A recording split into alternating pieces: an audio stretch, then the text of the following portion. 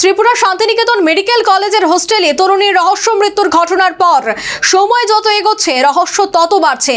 ঘটনার সামনে আসতেই কলেজের কর্ণধার মলয় পীঠের সঙ্গে সরাসরি যোগাযোগ করেন আমাদের নিউজ ভ্যানগার্ডের প্রতিনিধি।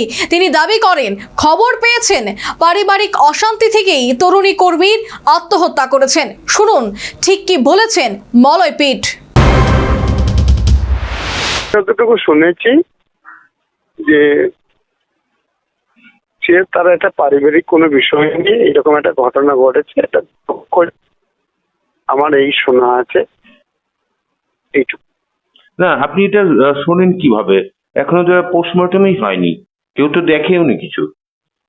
সেটা তো পুলিশ বলতে পারবে, প্রশাসন বলতে পারবে, প্রিন্সিপাল বলতে পারবে, ওনারা আছেন, ওয়ার্ড বয়, ওদের কাছে ফোন করুন, ওরা বলে দেবে। আমার কাছে যা রিপোর্ট হয়েছে আমরা তো বলি। না, আপনার কাছে এই রিপোর্টটা কি করে আসে যে এটা পারিবারিক কারণে একটা? আমাকে যা বলেছে তাই বললাম আপনাকে। এরপর আপনারা অনুসন্ধান করুন বা পুলিশ অনুসন্ধান করুন, নিয়ে দেখুন আপনাদের মতো করে ভাবনা চিন্তা করে লিখুন। আমি যেটা খবর পেয়েছি, আমি তো দূরে থাকি, সেটা বলি।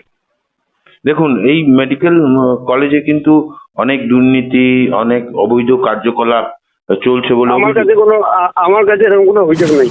ঠিক যে সুরে আর্যিকর কাণ্ডের অভয়ার মা বাবাকে ফোন করে বলা হয়েছিল আপনার মেয়ে আত্মহত্যা করেছে, ঠিক সেই সুরে দিন শোনা গেল পশ্চিমবঙ্গের শিক্ষক নিয়োগ দুর্নীতি, গরু পাচার, কয়লা পাচার, আর্থিক তছরূপ মামলার অভিযুক্ত মলয় পীঠের গলায় একটা কথা বললে চলবে না।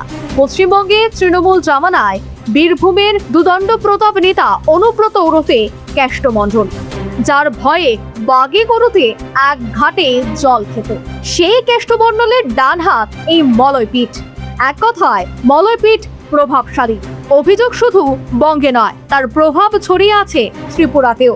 কারণ প্রশ্ন উঠেছে আমতলী থানার পুলিশের ভূমিকা নিয়ে। ময়নাতদন্তের আগে এসডিপিও জানিয়ে দিল মনে হচ্ছে আত্মহত্যা। সুর সেই আর্যিকরের সময় কলকাতা পুলিশ কমিশনার রাজীব কুমারের মতো। নিজের কানে শুনুন কি বলছেন এসডিপিও ম্যাডাম। শান্তিনিকেতন যে মেডিকেল কলেজটা আছে, সেই কলেজেরই একজন মহিলা স্টাফ এটা হোস্টেলের রুমে ওনাকে ঝুলন্ত অবস্থায়, ফাঁসিতে ঝুলন্ত অবস্থায় পাওয়া গেছে। ইনফরমেশনটা থানাতে আসার সঙ্গে সঙ্গে আমতলী থানার থেকে অফিসার ইনক্লুডিং ওসি আমতলী যে ঘটনাস্থলে ওরা ছুটে যায়। পুলিশ যাওয়ার পরে পুলিশের ইনফরমেশন মূলে ফরেন্সিক টিম, ডগ স্কোয়াড, তারপর এক্সিকিউটিভ ম্যাজিস্ট্রেট ওরাও ঘটনাস্থলে আসে। ঘটনাস্থলে এসে ঘটনাকে ভালোভাবে আমরা প্রাথমিক তদন্ত করা হয়েছে।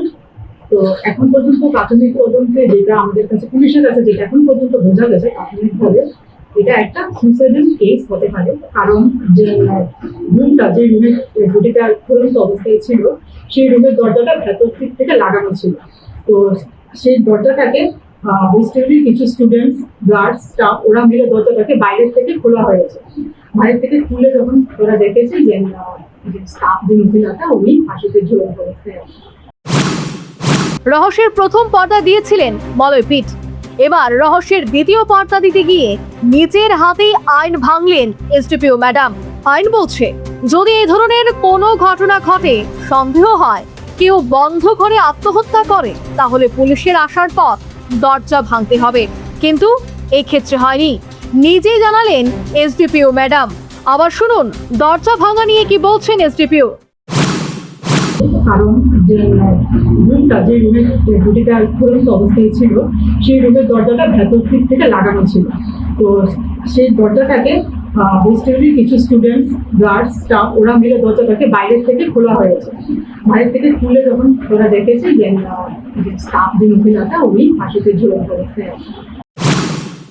দরজা ভাঙার পর ঠিক কতজন ক্রাইম সিনে গিয়েছিলেন? অর্থাৎ পুলিশ পৌঁছানোর আগে ক্রাইমের জায়গা ঘেটে ঠিক আর্যিকর কাণ্ডের মতো সেখানেও সেমিনার রুমে ঢুকে প্রমাণ নষ্ট করেছিল। আর্যিকর কাণ্ডের সঙ্গে পরতে পরতে মিলছে ত্রিপুরা শান্তিনিকেতন মেডিকেল কলেজের ঘটনা। এদিন নির্যাতিতার বাড়ি যান রাজ্য মহিলা কমিশনের চেয়ারম্যান ঝর্ণা দেববর্মা। তিনি এমন এক তথ্য সামনে নিয়ে এলেন যা শুনলে আপনার শির দ্বারা দিয়ে তীব্র হিমেল স্রোত নেমে যেতে বাধ্য। তরুণী ত্রিপুরা শান্তিনিকেতন মেডিকেল কলেজে দিনের বেলায় কাজ করতেন, কিন্তু হঠাৎ করে গত 7-8 দিন ধরে তাকে রাতে থাকতে বাধ্য করেছিল। দিয়ে যাচ্ছে।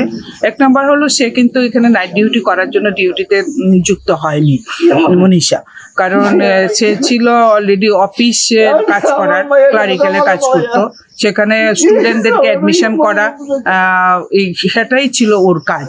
কিন্তু তাকে বিগত 1 সপ্তাহ ধরে নাইট ডিউটিতে রাখার জন্য শান্তিনিকেতন মেডিকেল কলেজ থেকে চাপ সৃষ্টি করা হয়েছিল, এবং তার বাবা মা ওরা চাইছিল না মেয়েটা নাইট ডিউটি করুক, এবং একটি একা ঘরে সে তাকে রাখা হয়েছিল, নাকি পরের দিন সকালে তাকে স্টোরের চাবি দিতে। তরুণীর সঙ্গে ঠিক কি হয়েছিল সঠিক তদন্তের পরই তা জানা যাবে। ইতিমধ্যেই তরুণীর মৃত্যুর রহস্যে ম্যাজিস্ট্রেট তদন্তের নির্দেশ দিয়েছেন মুখ্যমন্ত্রী doctor Manik Saha. Bureau report, news vanguard. Step into a place full of new ideas and opportunities at Techno India University Tripura, where you learn, grow and build your future. A place that truly helps your dreams become a reality.